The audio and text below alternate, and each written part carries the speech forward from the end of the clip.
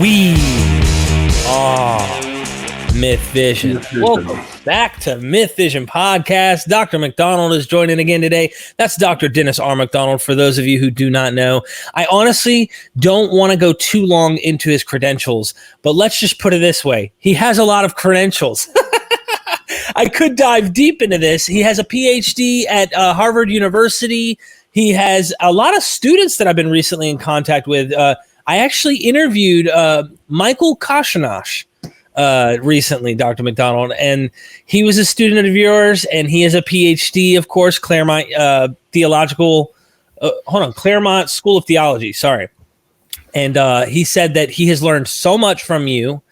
And I said, well, it doesn't seem very pessimistic because, you know, you've talked about the difficulties with your teaching career in terms of students getting jobs. And he said, well, he's not as pessimistic about the potential of getting there. In fact, he thinks the skills you've given him are going to pay off. It's just a difficult area to find jobs in regardless. So yeah, it is. Yeah. So I guess, Dr. MacDonald, we did a part 1 to this show. And I have to say, I loved the feedback. Everyone who watched it, there was one naysayer who goes, I don't see the parallels. Get the book. Because if you really want to follow and go line for line, as I used to say as a Christian, precept upon precept, line upon line, you really dive into the actual text in this book. And through the whole Gospel of John, there's 3 layers to this, which we're going to discuss that today, I suspect. And of course, I'll be probably reading from this book, so you guys will get a little taste of it. I really recommend you read this book. Go down in the description right now. If you have not gotten this book, try and get it on ebook. Obviously, something more affordable if you can't afford the hard copy, because I understand books are costly, but it's well worth the read. In fact, there's information in here you will not find, I repeat, you will not find anywhere else. That's just a bottom line matter of fact. So, Dr. MacDonald, thank you so much for this book and the input and insight that you've been giving us. I really look forward to seeing what you're going to bring today about the Johannine Gospel and unlocking more secrets that I would have never known if it weren't for you. So, yeah, that's true. Yeah. Thank you so much. Oh, Derek, thank you so much for having me back. And you're such a gracious person, and I appreciate your introduction. Thank you. I want to tell your viewers what we did last time, just to give them a little head start. And then we'll get into what I consider to be the real meat of the issue of how the 4th gospel interacts with Dionysian religion, especially Euripides' Bacchae. Last time we spent most of our time not on the gospel itself, but on its reception. And I talked about Nonus of Panopolis, who wrote the longest Greek epic of all, the Dionysiaca, about Dionysus. But earlier than that, he had written an epic in verse on the 4th gospel, a paraphrase of the Gospel of John. And he clearly must have seen in the Gospel of John something that triggered his interest in rewriting it with Dionysian overtones. And the 2 things he most likely saw were the changing of water into wine, which occurs in John 2, and also the homophagia. Now, one of your respondents said homophagia means homophagia, that is the eating of humans, but that's wrong. It comes from a Greek word homos, which means raw, not the Latin homo, which means person or man. And so it really is the eating of raw flesh. But I think Nonus may have seen that. But even a pagan named Achilles Tatius, in writing a Greek novel, has Dionysus change water into wine using imagery that apparently comes from the 4th gospel. It's quite an amazing possibility. But Clement of Alexandria, in the end of the 2nd century, and at sometime in the 12th century, the author of Christus Patiens, used the prologue of the Gospel of John compared the prologue of the Gospel of John with the opening monologue in the Bacchae, and therefore we have other evidence that spans a millennium of people who saw similarities between the fourth Gospel and the Bacchae. Now, I didn't say this last time, but it's going to be important for us today.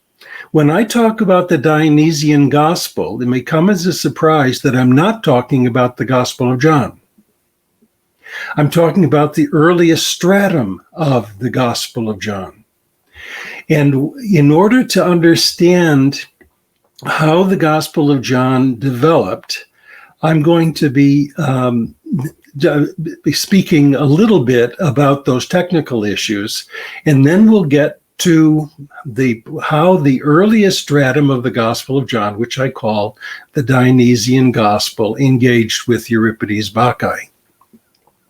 Scholars for a long time have recognized that unlike the Synoptic Gospels, the Gospel of John is the final result of a compositional history that has at least 3 different moments, each one building on the other, apparently not deleting things from the antecedent, but building on top of them. And the image that I like to use is that of a Hopi pueblo that has 3 different dwellings. An earlier adobe dwelling, then another one that's built on top of it as the family expands, and then another one on top of it, and you can have as many as 6 or 7 different layers of dwellings. So what we have is at the base a document that knows the Synoptic Gospels and is trying to supplement it. Then that gets developed and greatly expanded in a second dwelling on top of it, which I'm going to be calling the anti-Jewish gospel. And then there's another layer on top of that, which I'm going to call the beloved disciple gospel. And it's the one that we have in the New Testament. Now, people like Nonus and Clement must have seen already in the canonical version of John these echoes of the Dionysian tradition. But they all go back to this basic document. Now, how do we know that we have these 3 strata? It's one thing, and by the way, it's one thing to identify the problems in the text that indicate that we've got the 3 strata, but it's another to reconstruct it and another to understand how to, what's at stake in making those claims. Unfortunately, the 3 terms that scholars use in order to tease out these various levels of composition are all in foreign languages. One is in Greek, one is in German, and another is in French. And these are aporii, or disjunctive expressions. Another is Wiederaufnahme. That's a repetitive resumption of something. I'll explain these in a moment. And the other is les relectures in French, which means rewriting, the rewriting of something, which is similar to mimesis. Aporii are places where you're reading in the Gospel of John and all of a sudden you find something disjunctive. Or another example, somebody asks Jesus a question and he doesn't answer the question very well. He goes off and does something else. So you can see these disjunctions. And it's really kind of fun to go through the Gospel of John looking for logical consistency and these corrections. So, for example, one of my favorite examples is Jesus scolds the Jewish authorities and says, Moses gave you circumcision, and so on. And then somebody else comes, but it wasn't Moses who gave them circumcision, it was Abraham. because that actually is a correction. But both are standing right there in the text. Jesus makes more disciples than John. Oops, but Jesus himself didn't baptize, only John baptized. And then you go on. So you get these aporii, and they're all over the place. They're like earlier corrections. I kind of poke for a second? I think it's interesting because just one example, and this is my ignorance speaking, but I think this would be something to ask. A lot of my friends, and one of them majorly that I'm thinking of, says, why does Mark not have the last verses in Mark 16? And the last verses of Mark are added on, tacked on in verse 9 through 16. I apologize. It's not Mark 16, Mark 13, if I'm not mistaken. No, 16. 16, yeah. Sorry. So they say, well, you can find that earlier stratum, if you will, in John. But John being 3 layers, it looks like there might have been some earlier form or version of John. I don't know where you stand on that, but that ultimately there seems to be a corrective layer being added on top to kind of justify the previous thing that's being mentioned. Does that have any relevancy to Mark's ending? Well, I'm going to divide your comments into 2. Okay. One is your friend is entirely wrong. The Gospel of John from the very beginning knows the synoptics, even in the earliest level. And so that's not going to help you with the Gospel of Mark. But yes, you do have these corrective layers, one after the other, and you can see why they get correction. They are corrections. And I'll talk more about that later. But you don't have this phenomenon going on very often in the Synoptic Gospels. So those are aporii. Let me talk about Wiederaufnahme, or resumptive repetitions. One of the characteristic things that's rather maddening about the Gospel of John is how repetitive it is. And it's repetitive in a way because an editor of an earlier document has Jesus, it said something like, and Jesus said so-and-so, and then there's an addition, and then you find a resumption, and Jesus said, which is entirely unnecessary, and it bookends the material that's in the middle. So you can then isolate that material in the middle and say that's got to come from a different place because you have this resumption that happens later. One of the most interesting issues, though, is relecture. And this has been demonstrated by a Swiss scholar named Jean Zumstein.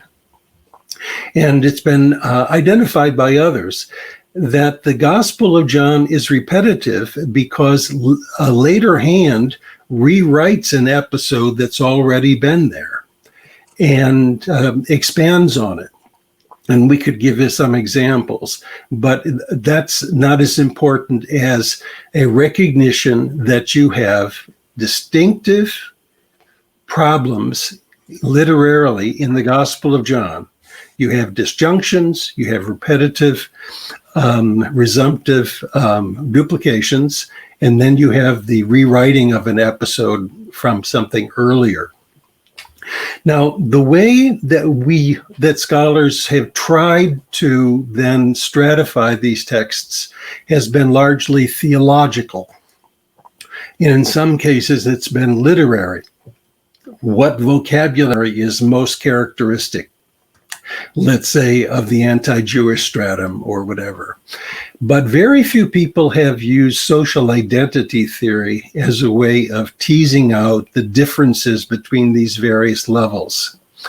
And I want to go into the criteria, very simply, the criteria or concerns of social identity, which we use, by the way, with Q to establish the Q document. But they're even more valuable, in my view, when it comes to the Gospel of John. And the most important 3 parts of it are these. One is the characterization of the prototypical leader. In this case, in the Gospels, of course, it's Jesus. So instead of talking about Christology, a social scientist would talk about the prototypical leader. The other is the stereotyping of outgroups. Who are the enemies in a particular text? Then the third part is the self-stereotyping of the in-group. So who are we, and how are we different from the out-group, and how might there be tensions between the out-group and the in-group? And the in-group then has two different significant impulses. One is to model itself after the prototypical leader. So the leader is the one who that gives the identity to the group, and the group members are to emulate the leader. The other is that the in-group needs to be held together by intimacy of some kind. So you have love language that's used of people, or people talking about each other as brother or sister. And also there's an expectation that people in the in-group will have certain commonalities in ethics. That is, there will be behavioral conformity. And you can see how that works when we get to these Gospels. So you have in front, I sent you a PDF reconstructing the Johannine tradition. And I'd like to read some of that and then comment on it as we go. Okay. And then when we're done with the Dionysian gospel part of it, I want you to switch to the file that says Acts as a model. Okay, I'm going to start with the Elder John and the Johannine epistles. One popular or one common mistake that people make in Johannine scholarship is to assume that the John is the son of Zebedee, one of the 12. He's not. He's the John the Elder. And I want to talk about what we know about this character. From its inception to its culmination in the beloved disciple gospel, that is the final canonical version, this distinctive and fascinating early Christian movement was intimately associated with the Elder John. Apparently a transplant from Galilee to Western Asia Minor, perhaps after the Jewish War, that is in the 70s or 80s. And if so, he was one of many such believers from Galilee in the area, among whom one might include the author of the visions in Revelation 1:9b to 22:7. The elder planted churches in at least 2 locations that were sufficiently distant to require traveling informants and exchange letters, 3 of which we have in the New Testament. And they were written in this order: 2 John, 3 John, and then later 1 John. Here the elder, who's the prototypical leader, calls members of the stereotypical in-group his children and friends, and encourages them to esteem each other as loving brothers. He also insists on social conformity. That is, if you love me or you love Jesus, you will obey the commandments. The stereotypical outgroups are called the world, presumably unbelieving Gentiles, and former members of the in-group who had left it, and in at least one case created a schism under a rival leader. In these epistles, one finds no explicit denunciation of other Jews. Surely this group understood itself to be a Jewish sect. This Elder John surely was the same Elder John known to Papias, who wrote around 110, and to whom he attributed references to Mark's collection of logia about Jesus and 2 collections from inept translators of a hypothetical Hebrew book by Matthew.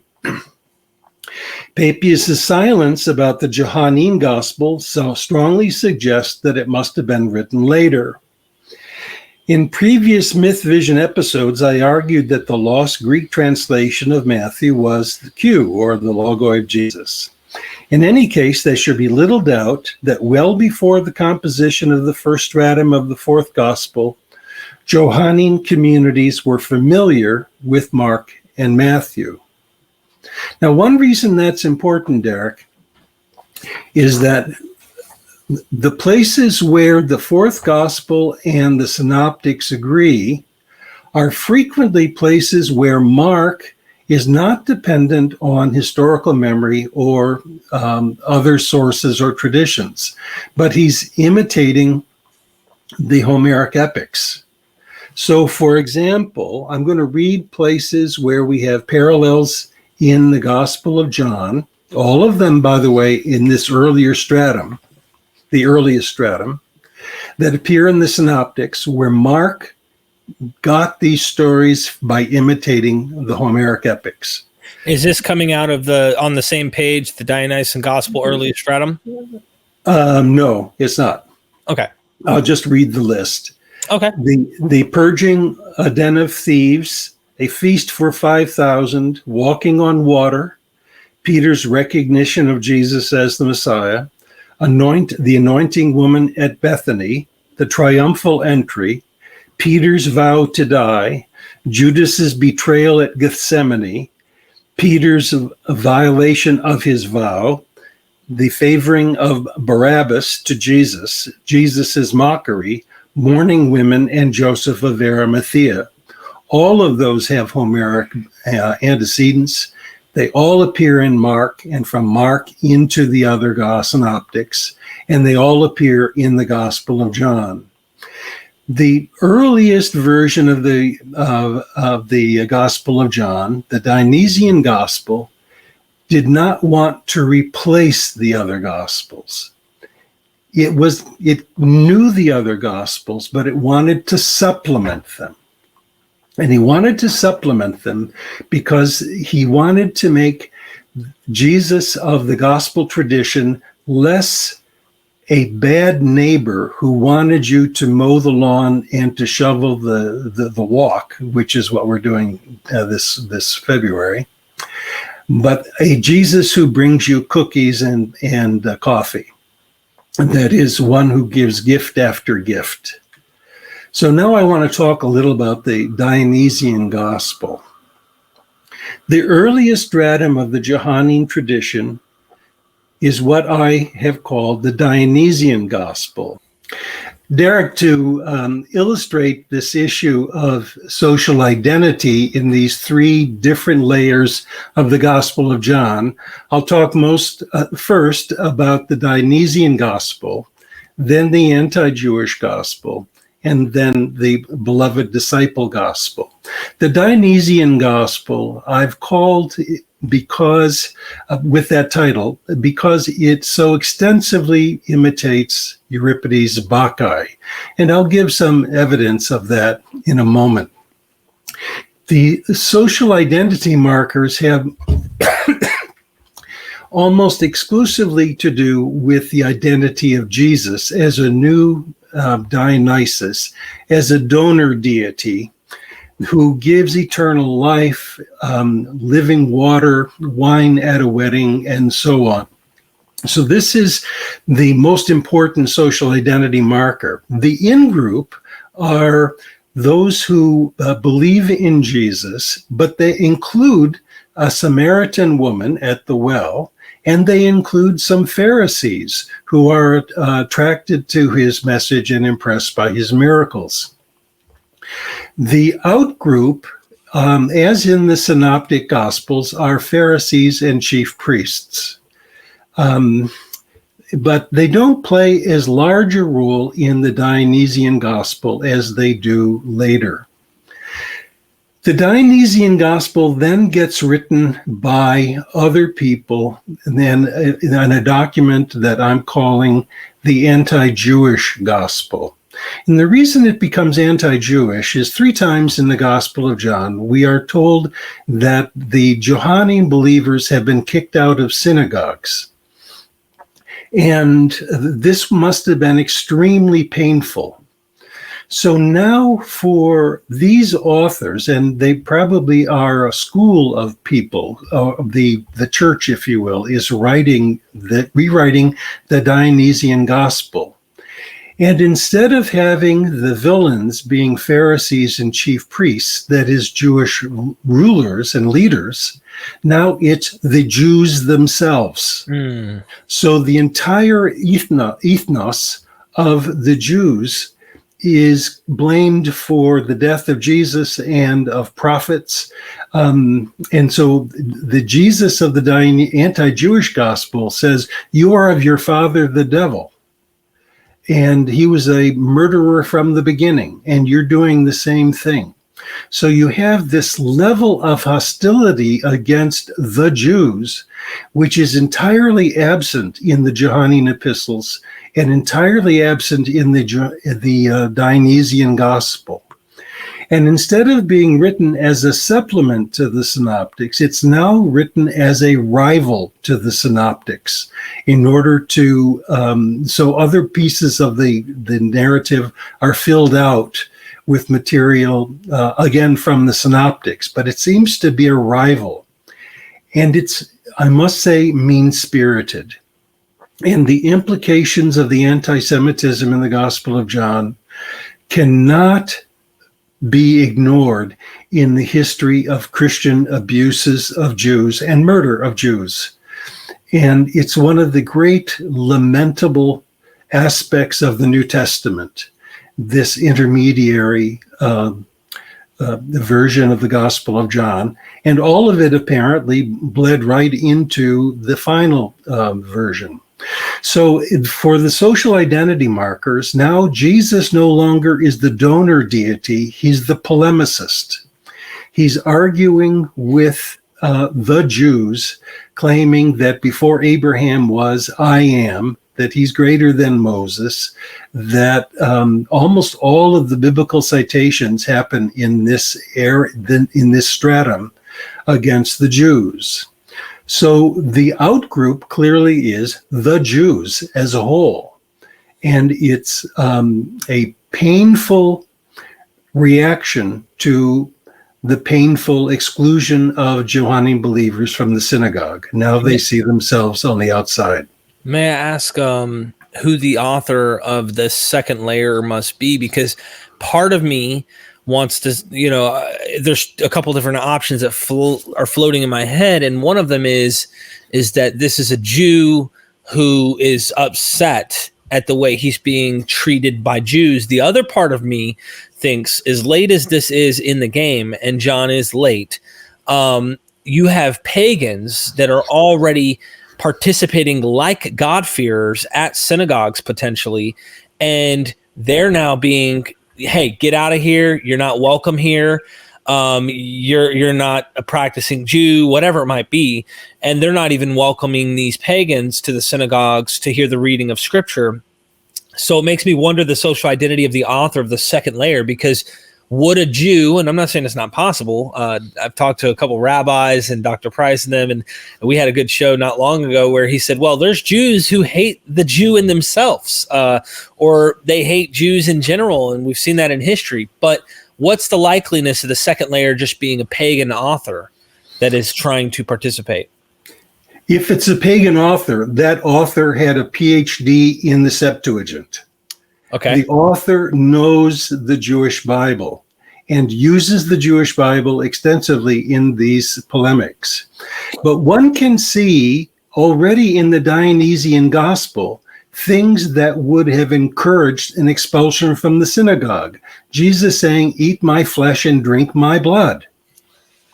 Or his openness to the Samaritan woman.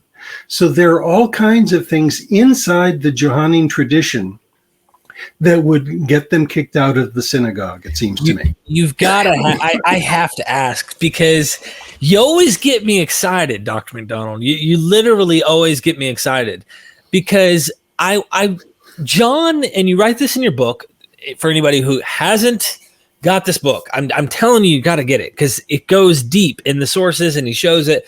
It's really, really clear. But the eat of my flesh, drink of my blood, we have the hints of this in the earlier synoptic gospels, though John says it so loud and so clear, you can't doubt what he's trying to say. It's so obviously non-Torah. It's like, hey, drink my blood, eat my flesh, chew my flesh.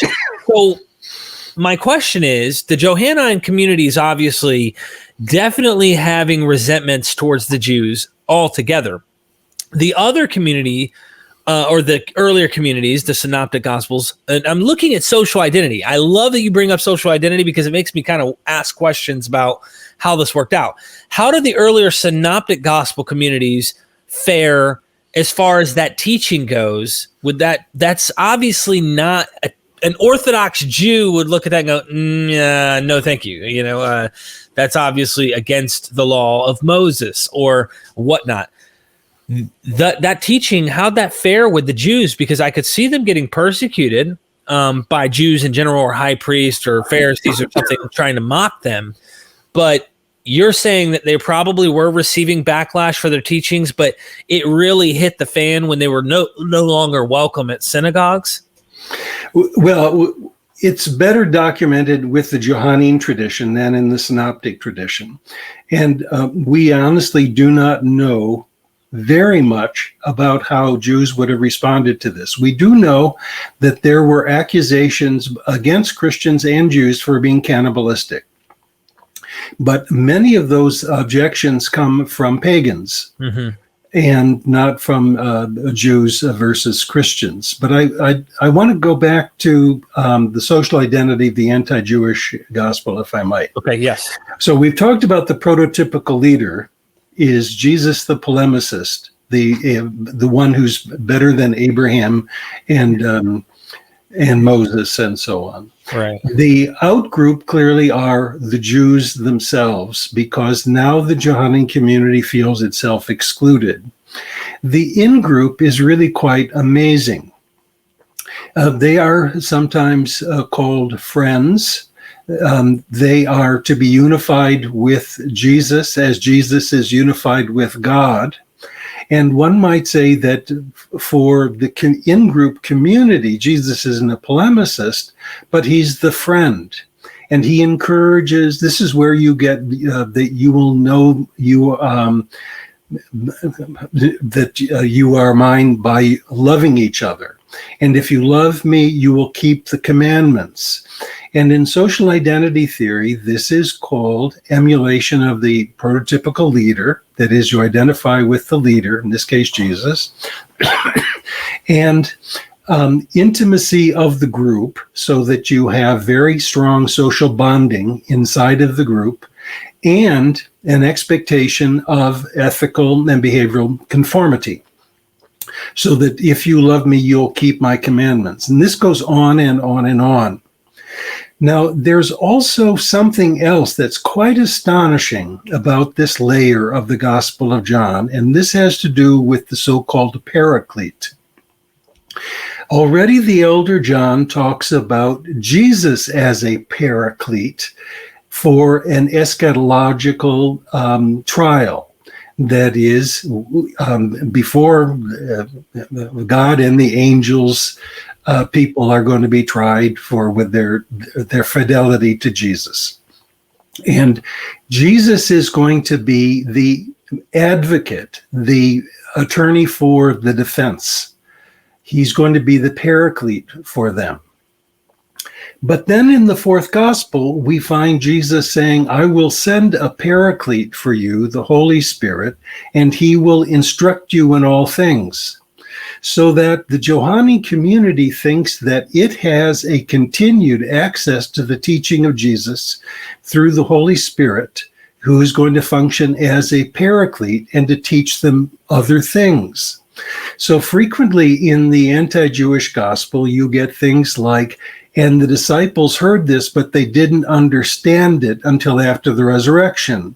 And so this was to fulfill the biblical prophecy or something like that. So the authors of, and I think it's multiple authors of the second group, again, some kind of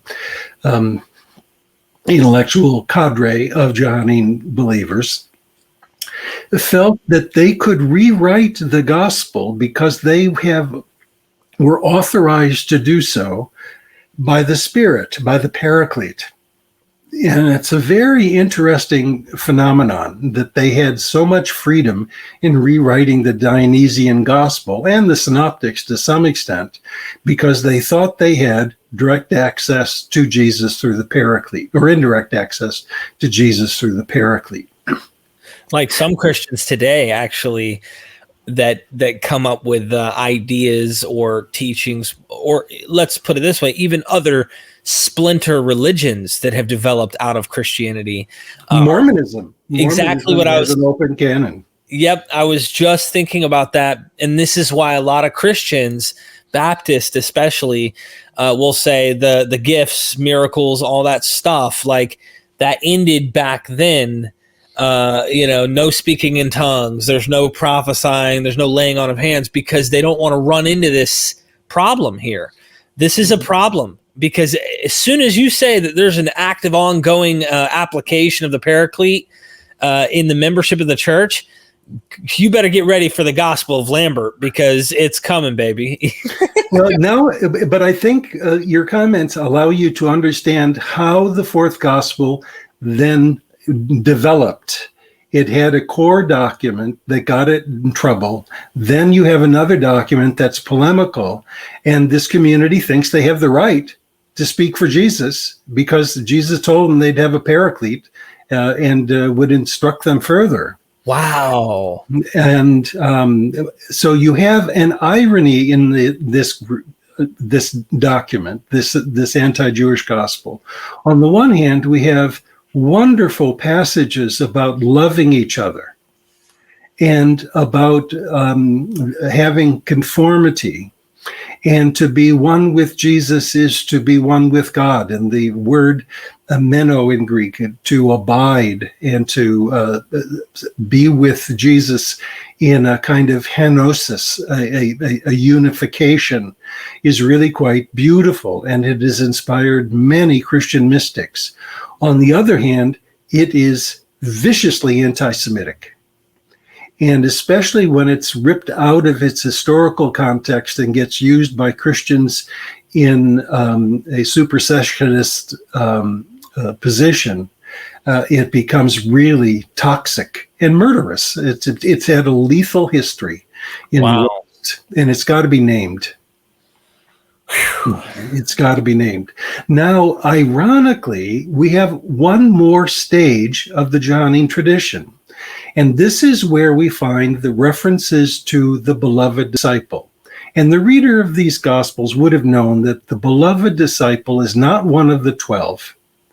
He's John the Elder, who founded the churches in Western Asia Minor, who claims to have been among the elders who had seen and met Jesus. And he had an enormous influence on this community. The editor who wrote the epilogue to the Gospel of John, 21, also tinkered with the text throughout and added passages related to the beloved disciple and a competition with Simon Peter. And in this case, it's ironic. It's a wonderfully liberal, if I could put it that way without being political about it, a liberally minded author. So yes, this community loves the beloved disciple, but it recognizes that most Christians are not going to be Johannine Christians. Jesus has sheep that are not of this flock. And when in the epilogue, Jesus hands over his flock to Peter and says, yes, Peter, you will die a martyr. And even though Peter can never say he loves Jesus with the word agapao. His word is phileo, to be a friend of Jesus. Jesus and the beloved disciples have this intimate agapao verb connection. And then the epilogue, the postscript to the epilogue says, I suppose that if the heavens were a manuscript, they would not contain all the things that Jesus did. In other words, it acknowledges the existence and the value of other gospels. So now it's, whereas the Dionysian gospel wanted to supplement the synoptics, and whereas the anti-Jewish gospel wanted to rival them, the beloved disciple gospel wants to complement them, both with an I and an E. That is, to supplement them alongside other gospels, but we know that the witness of the beloved disciple is true. So for us, this is the gospel we like, but we know that there are other gospels. The beloved disciple is the person that our community likes, but we know that the flock is really belonging now to Peter and the Petrine tradition. So now we have a much more generous overlay in the Gospel of John.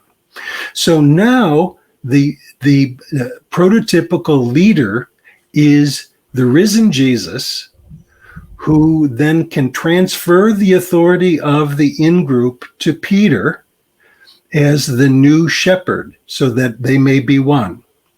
The in-group includes the 12. It includes, by the way, the 12 are never mentioned earlier before chapter 20. And only 4 of the disciples of the 12 are even named, and other people are disciples too. Nicodemus, for one. Joseph of Arimathea would be another one. You have women followers that are important in John. But so the prototypical leaders are Jesus and the beloved disciple. The in-group are the 12 and people who are called the brothers, that is, presumably male authorities in the Johannine community. And there's nothing said at all about the outgroup. No longer do you have additional polemics against the Jews. You don't have any polemics against the Pharisees. You don't have any polemics against the chief priests. And in fact, it's likely that the epilogue and the beloved disciple gospel was the beginning of a Johannine corpus that then included 1st, 2nd, and 3rd John and a version of the book of Revelation.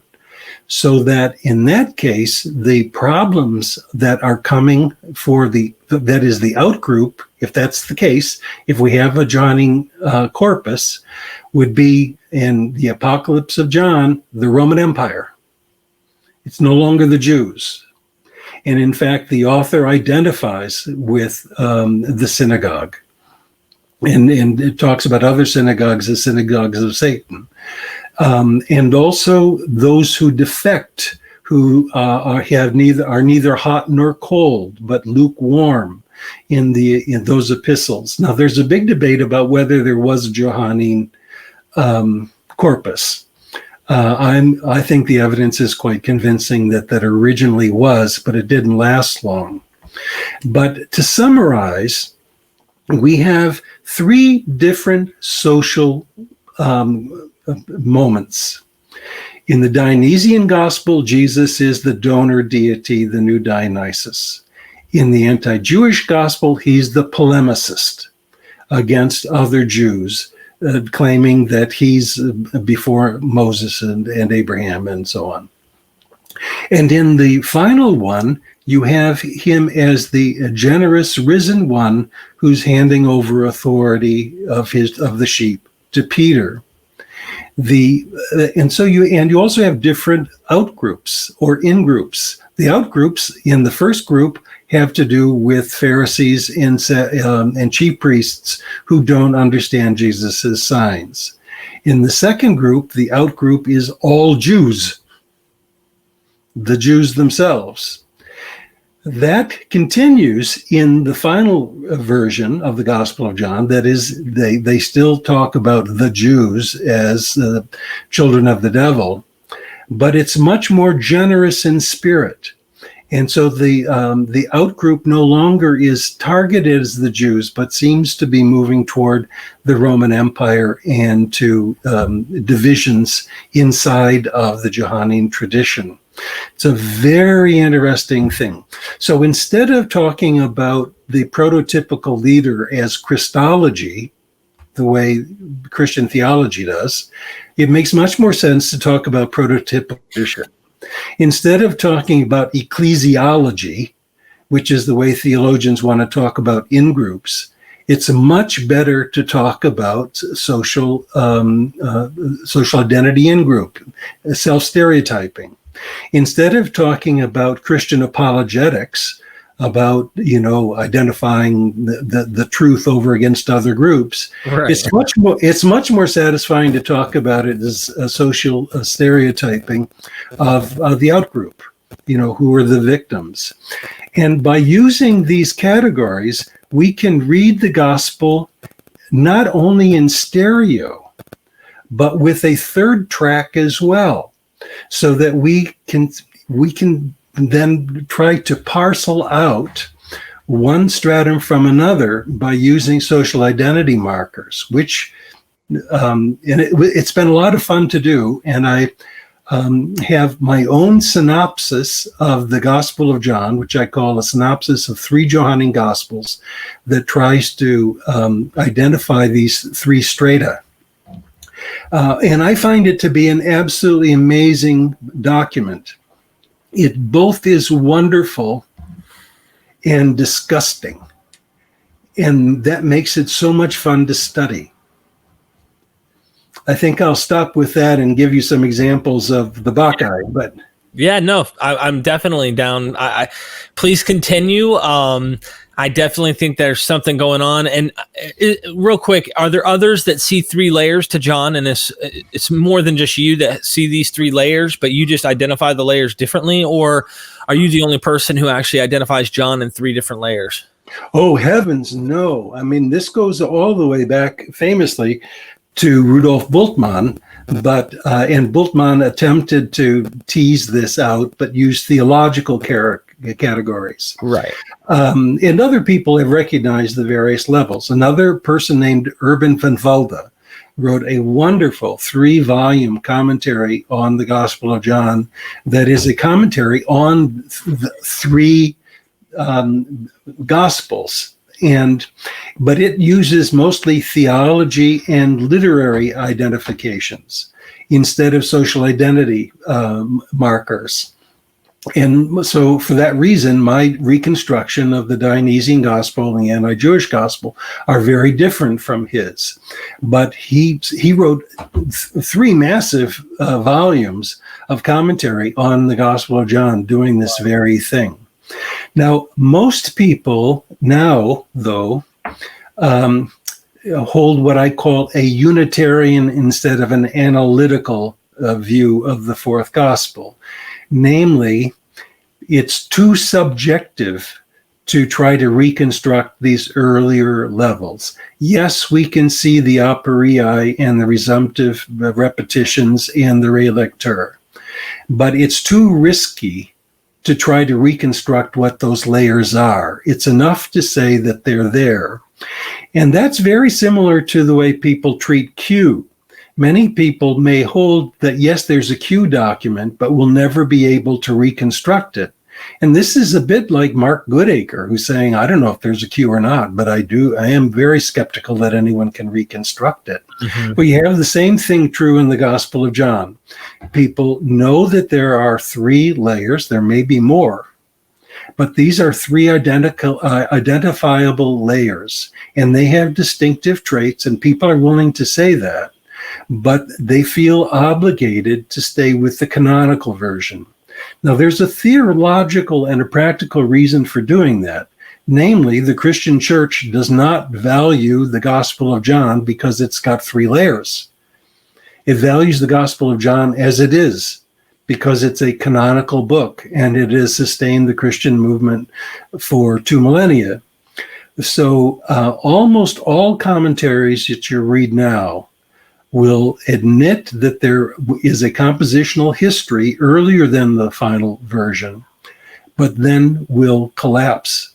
And they may say that there was a Johannine corpus, but they collapse into orthodoxy when it comes to the commentary itself, so that all of these stages merge into each other. If I could put give you 2 images, I would say the 4th gospel is a stew that is very tasty, but it's got some rotten potatoes in it. But the stew is much more interesting if you can separate the potatoes from the carrots, from the onion, and from the beef. Another way to talk about it would be the Gospel of John is pasteurized milk, but pasteurized milk cannot give you cheese or yogurt or butter. So I'm trying to unpasteurize the 4th gospel so one can enjoy the cheese and the butter as well as the pasteurized milk. And recognize that there is distinctions. It's not just one unified author who's supposedly writing these things. That's what I like about it. And that's what I call textual criticism. I mean, this is getting down into the text in a way where we can examine things and say, why is that there? So that's why I really appreciate that. I didn't mean to take you off the track some, but I think that's an important question. Thank you. I wouldn't call it textual criticism because in the Guild, textual criticism means the reconstruction of the Greek text. Oh, okay. And so we're not doing that. And that's why I think a combination of mimesis criticism and social identity criticism is our kind of stepchildren to exegesis. So exegesis in the past has been largely theological. I think we need to have more analytical methodologies, and mimesis is one, and social identity criticism another. And when you combine them, you can tease out these layers in the Gospel of John with more accuracy. By calling it real exegesis. My students, when I taught exegesis, told me that, Dennis, the way you use exegesis means exit Jesus. That's a good one.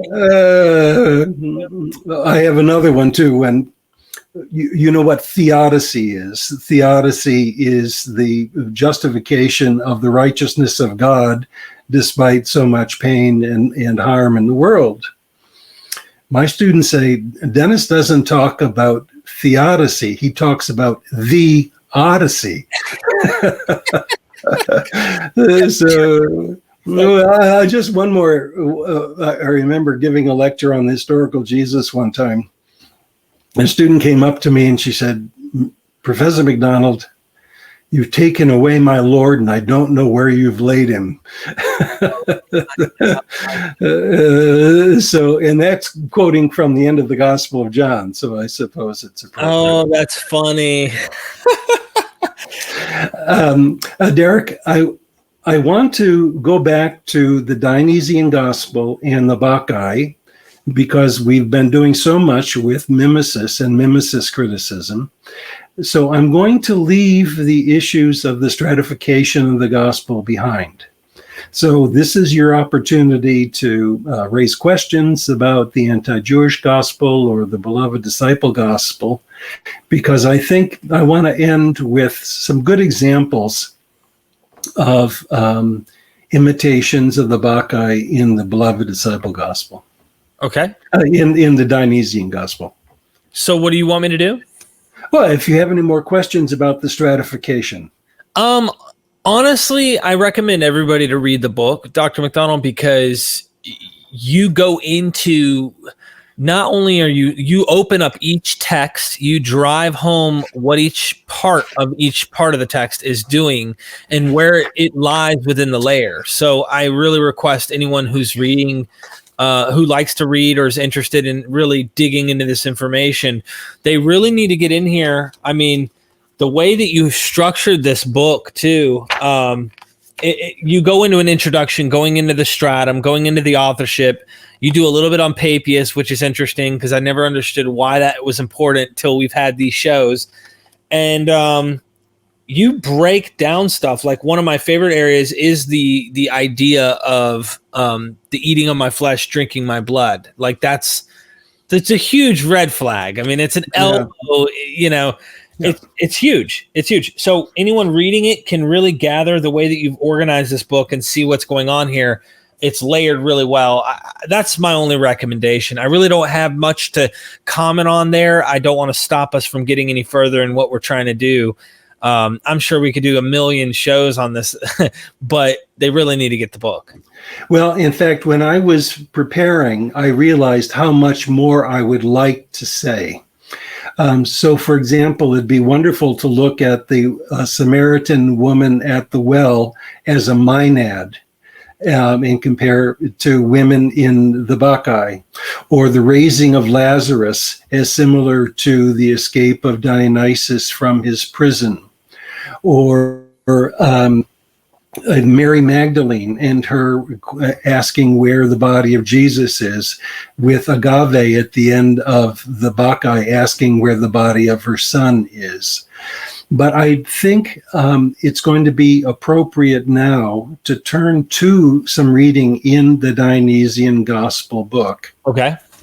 And we're going to focus on passages where Jesus is being interrogated either by Jewish authorities or by Pilate. And these are imitations of Dionysus's being interrogated by Pentheus in the Bacchae.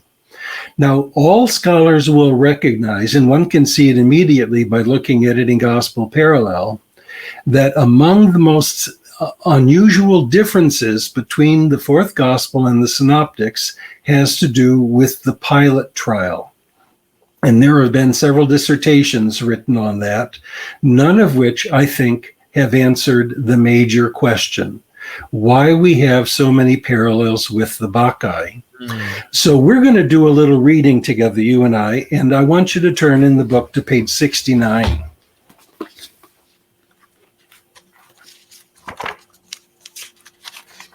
Okay. And do you see the block quotation in the middle of page 69 that begins 8:12? Yes, Jesus then spoke to them.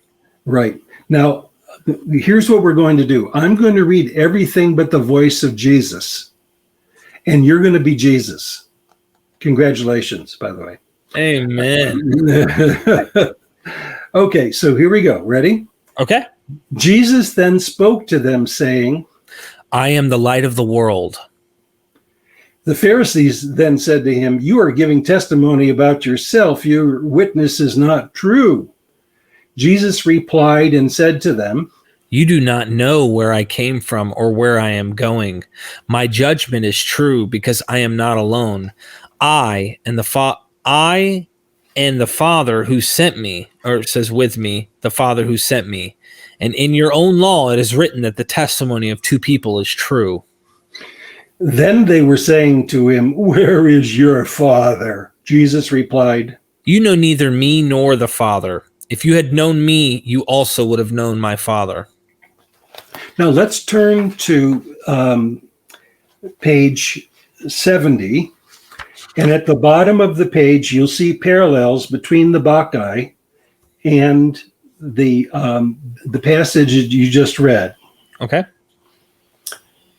I'll do the left-hand column and you'll do the John column. Awesome. Pentheus interrogates the priest God in disguise. The Pharisees interrogate Jesus, who claims to be the light of the world. Pentheus asks from where Pothen, the stranger, brought the new cult. The Pharisees do not know from where Jesus came. That same word is used in Greek, Pothen. Dionysus states that the sacred rites come from the son of Zeus. Jesus states that he comes from his father. You do not know, ikisti, what life you live, or what you are doing, or what you are. You do not know, same Greek word, where I came from. Dionysus says, even now he is near and sees what I am suffering. But Pentheus says, where is he? He's not visible to my eyes. Dionysus, he's here with me because you are impious, you do not see him. Jesus, I am not alone. I, and with me, the Father who sent me. Pharisees, where is your Father? Jesus, you know neither me nor the Father. If you had known me, you also would have known my Father. Pentheus remains defiant and decides to kill the god by stoning or decapitation. The Pharisees remain defiant and try to stone Jesus. What do you think? Yeah, I mean, it's clear something is up. And then you combine that. See, what I like about what you do in your mimesis, when you combine these things, it builds this case that in a court of law, John, or the author of this book, would be guilty of obviously using the Euripides, Bacchae, and Dionysus narrative for his literature.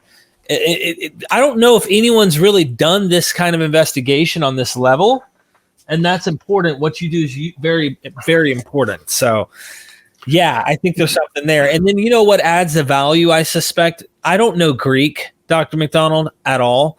I bet you there's a level at which there's a gratification or some type of satisfaction when you run into these words and you see it and you're like, hold on, it's not just one word. It's almost like even with you translating it into English, it has the same context. And so you've got words that are identical with similar sounding context. How can you not say mimesis? I mean, that's very hard to deny, you know? I have only 3 addictions. My children, my wife, and finding these nuggets, just as you said. I'm addicted to it. And I want readers and viewers to be addicted to it too. And I haven't found it all. Now, by the way, other people have seen these parallels. Right. They just haven't pursued it in a methodologically rigorous way, or they find it atomistically. Oh, here's a cute one. Here's a nugget that's on the surface, but they don't realize that nuggets are on the surface because there are mother lodes underneath the surface that you have to mine. And you have to have the right tools to do that. And that's where I think mimesis criticism and social identity criticism play a role. Are we at the game? In what I'm trying to get at is, I feel like what you're suggesting here is a little head of the guild. The guild's got some catching up to do. Really, they got to go back in time a little bit and reevaluate what's already been there. But my point is, this is, how do we get the guild to see this and at least challenge it? Because when you're faced with this, Dr. MacDonald, it's like, you can talk the talk and everybody can hang out and you can hang out in your schoolyard and talk the talk. Yeah, Dr. Ehrman's theory and this, that, and this. And then it's like, you're saying, look, put the gloves on. Let's get in the ring. Let's talk mimesis. Let's see how the battle goes out. Nobody's walking in the ring. It's like, yeah, we all know we can beat that guy. We're not going into the ring with that guy. That's how I'm looking at it. Like, why are they not critically trying to dissect what you're saying and deal with this? This rings so true to my ears. I don't know why. Well, we talked in a previous interview about why the guild is resistant, and I understand why. And I do think I'm ahead of my time. My optimism is not because my work is going to make a difference. What I think I've done is I've made the jar ajar and other people can walk through. And the reason I have that confidence is I'm not making these parallels up. Yeah. They're going to be there after I'm dead. Mm-hmm. And somebody else is going to come and say, okay, MacDonald was kooky, but he said something that's valuable here. And I can't tell you how often I see people say that. Well, I don't agree with MacDonald, but he really makes a good point here or there or there. So people can see pieces of it, but they don't see it globally yet. There are two more texts I want to look at, Derek, before we're done, that are doing the same kind of thing. Then we can continue this discussion. Page 90.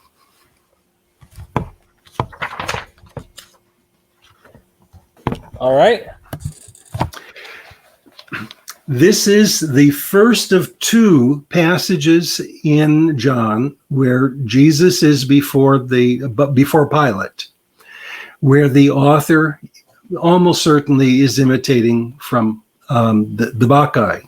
So you read the left-hand, I'll read the left-hand column and you read the John column again. Okay. Pentheus.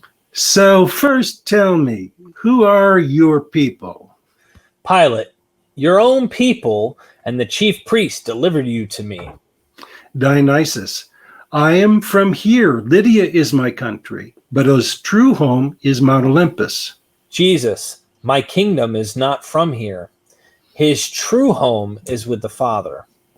Dionysius. The Dionysiac mysteries are ineffable for the understanding of uninitiated mortals. Jesus, for this reason I was born and came into the world, to witness to the truth.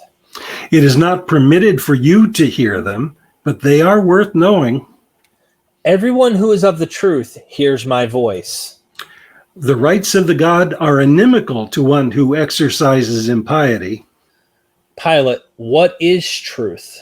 Now, that what is truth question means that Pilate hasn't a clue about truth. Right. And so he's not allowed to hear the message of Jesus because Jesus would just be wasting his time. Now, what happens next is Jesus, and only in the Gospel of John, is paraded wearing a crown of thorns and a purple cloak. Dionysus in iconography is depicted wearing a crown of ivy and wearing a purple cloak called a himation. And he's brought out into the public, and he says, behold the anthropos, the human, the man. But the reader knows Jesus is actually a god. He's the Logos. And so I'll read at the top of the page. Pilate again went outside and said to them, look, I am bringing him out to you so you may know that I find no crime in him. Then Jesus went out wearing a thorny crown.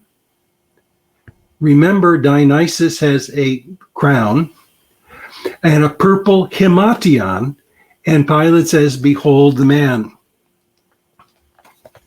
You know, Dr. MacDonald, I never knew that about Dionysus, connecting that to Jesus, because I was always told it was a mockery of Herod as king, or some other explanation, trying to mock being a king of the Jews, that Herod wore purple or something like that. It is in the Synoptics. Okay. This is already in Mark, except he is not publicly displayed this way. He is mocked by soldiers in private, and then his clothes are put back on, and then he comes back out in the public. But in the Gospel of John, he is displayed publicly. And I think there's another passage here that I might as well read. This is the Homeric hymn to Aphrodite, to Dionysus. I will speak of Dionysus, the radiant son of Semele, how he appeared at the shore of the barren sea. Black, and around his powerful shoulders he wore a purple cloak. Come on. This is Dionysian. It's purple. That's the color of wine. He wears an ivy crown. And in the book, on the couple of different pages, I give pictures of Dionysus looking just like that. This is the video version of this is the visual, the demonstration of Jesus and Dionysus. Picture. There you go. There's a thyrsus with a satyr, and Dionysus is wearing a himation, and he's got an ivy wreath. Wow. Okay, I think we have time for one more, maybe. Okay. This is page 94. I'm there. Okay, we're going to do the same thing. Pentheus, from where did you bring these rites to Greece? Pilate, from where do you come? Pentheus, you say nothing so very well. Jesus gave him no answer. Pentheus, I'm more powerful than you to tie you up. Pilate, will you not speak to me? Do you not know that I have authority to release you and authority to crucify you? Dionysus, you do not know what life you live, what you are doing, or who you are. Jesus, you have no authority over me whatsoever, except what was given to you from above. Dionysus, the God himself will free me whenever I want. God will free Jesus from death. Pentheus shuts Dionysus in his granary, but he soon will escape his prison. Pilate commands Jesus to be crucified, but he will soon escape his tomb. Now, on the next page, I'm going to read something from another scholar, just so your viewers know that I'm not smoking weed. That other people have seen this. And this is from a person I don't know, John Stibbe. In both of these trials, that is in the Bacchae and in the Gospel of John, the one on trial is an unacknowledged deity. Secondly, in both cases, the interrogator is a ruling figure in the city where the deity should be worshipped.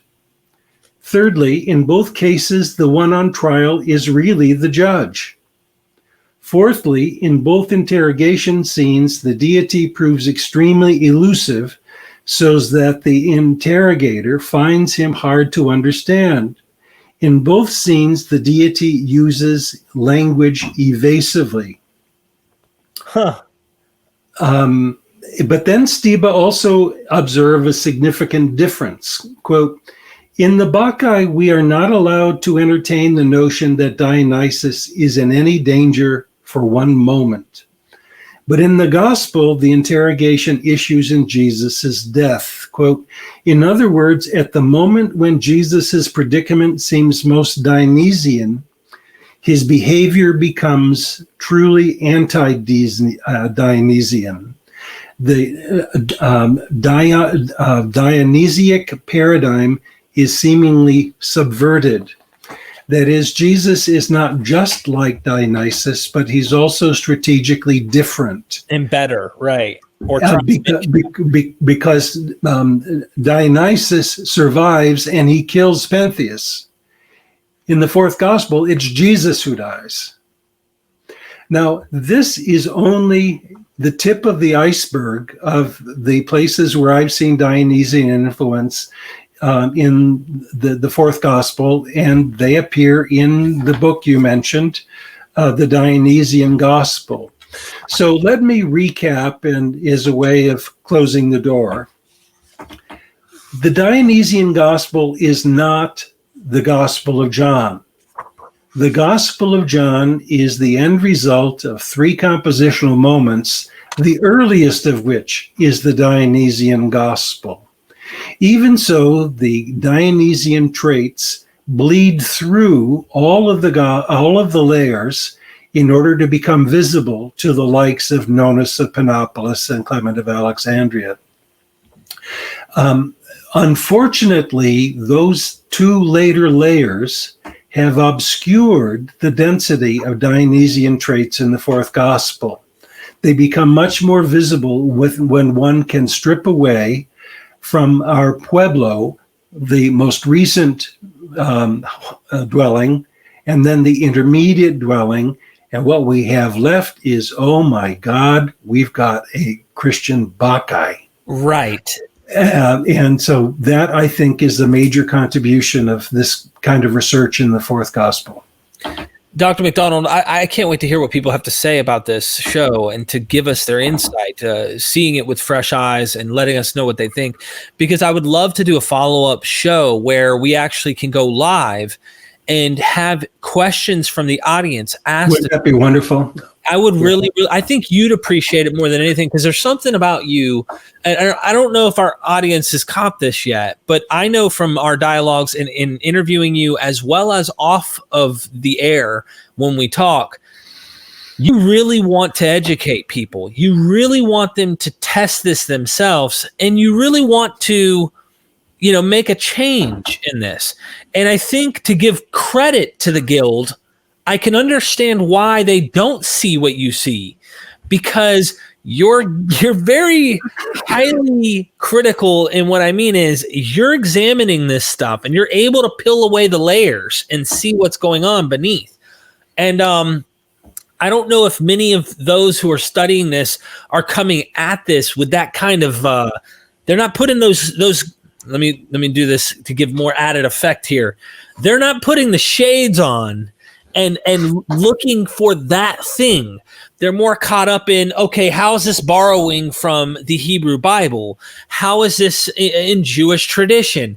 And the common discussion is, finding ecumenical connections between Judaism and Christianity, and that's like the major player. They do a lot of that with Paul, too. The Apostle Paul, they want to constantly look for Paul within Judaism, and there's so much going on with that school of thought that not many people are spending time wondering, how is there any pagan influence within the New Testament? So I would like to do a live with you, going over anything anyone has a question of course, that will be more interactive. Who knows, it might be a couple lives that we have to do because there's just so many questions. But well, I appreciate that, and I would welcome it. And I'll tell you why I welcome it. I have my own blinders, and I have my own glasses, and I'm not arguing that I'm more objective than others. What I'm saying is, I'm like the beggar who has found some fresh bread, and I want to share it. So it's not that I want to distribute it because I get credit for distributing it. Yeah, I want people to get nourishment from the same bread that I do. And by having a live response back and forth, I get to learn where my blinders are, where my glasses are tinted, and where I can refine my arguments, because then it helps me enjoy the bread more too. Yeah. So, yeah, I hope we can do that.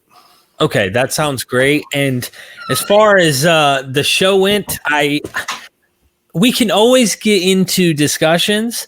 The one thing I would like to ask you would be, and this is the only question I have right now. I'm going to save questions for our audience mainly. I want them to enjoy in the bread. You got to share your bread with them, so not just with me. But when we talked about the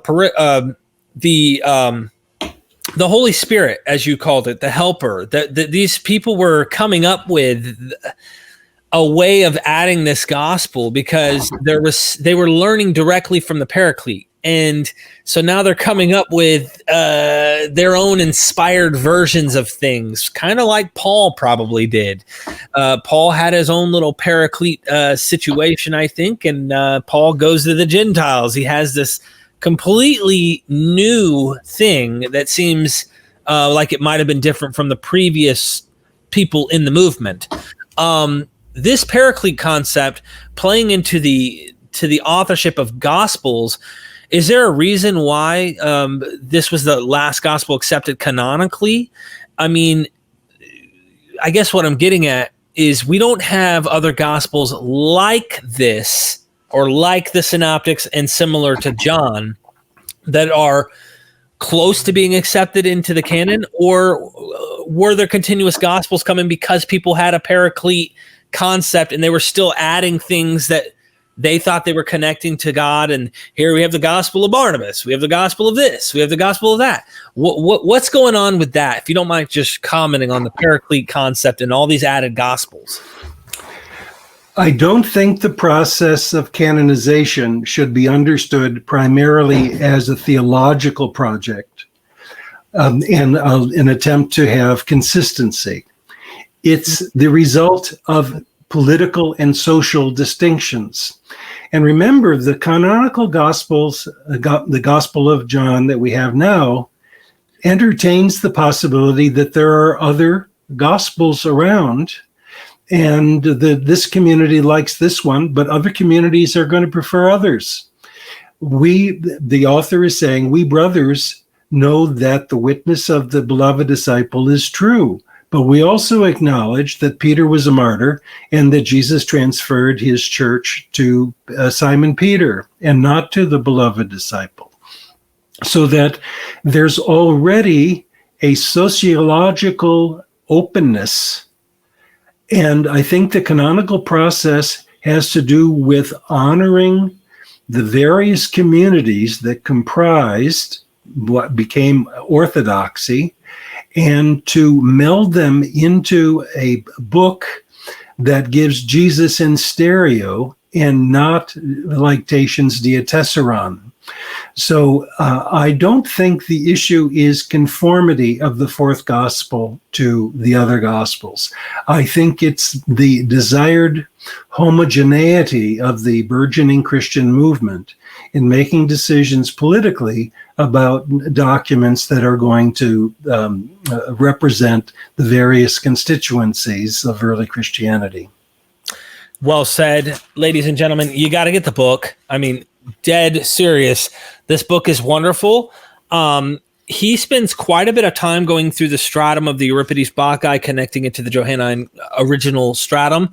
And you really, really need to look at these parallels yourself to see. Some might seem more strengthened and have more of a bolder mimetic connection where it's like, come on, guys, that's a fingerprint.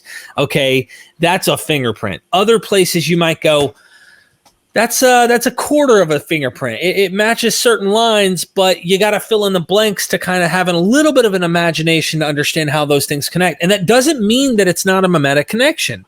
I think what happens in apologetics is people all too often expect, in order for you to, and I don't know why they do this now that I've studied more, in order for you to show that this book is using these other books and all these things, you need to have a Xerox of the text and show me where it's literally Xeroxed to disprove your point.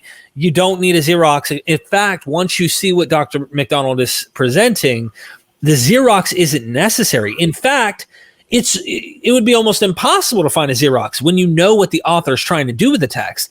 If he was just trying to copy Dionysus, the Euripides Bacchae, he'd have just copied it. He didn't necessarily want to copy it. He wanted to be better and compete with it. And that's I think right. The same idea happens when you see Genesis using Mesopotamian literature as a combating against the ideas of the Mesopotamian Ugaritic text and the different various surrounding cultures. But I mean, this is a different time and a different place. But either way, I just cannot get over this. I could see Christians seeing this if they're liberal, of course.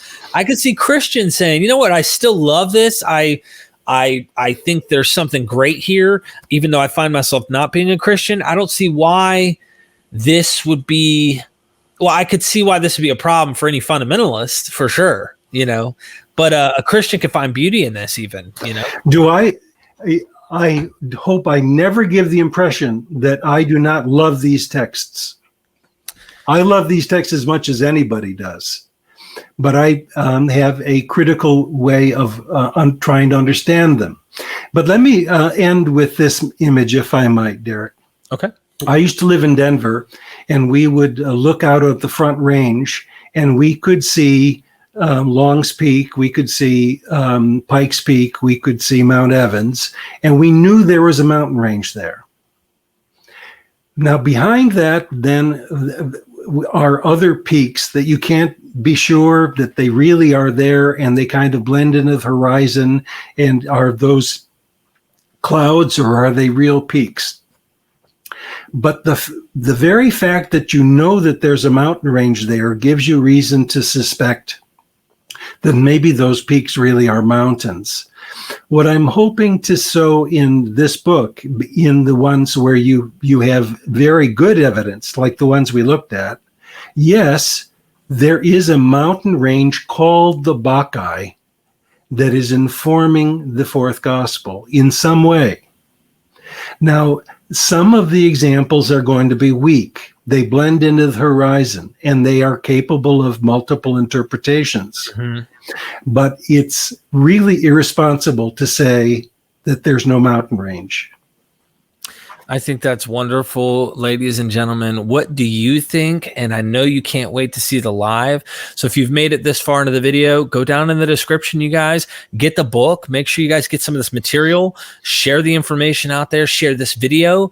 I really want to get more people acquainted with what he's doing in mimetic criticism, and, of course, getting familiar with the works of Dr. MacDonald and everything that he's brought to the table. I really appreciate you joining me, Dr. MacDonald. Let's do this again. Yeah. And never, ever, ever forget, ladies and gentlemen, you guys, I do have merch. If you want to go to heaven, and you want like a direct path, you don't want to have to go to purgatory, you don't want to have to go go see Tantalus or the rich man. Either way, it's the same guy. Make sure you guys get the merch. I've got some new stuff. These are my kids, by the way. I got Future Myth Visionaries on my shirt, boys. So those are my boys, and you guys, we are Myth Vision. Myth Vision.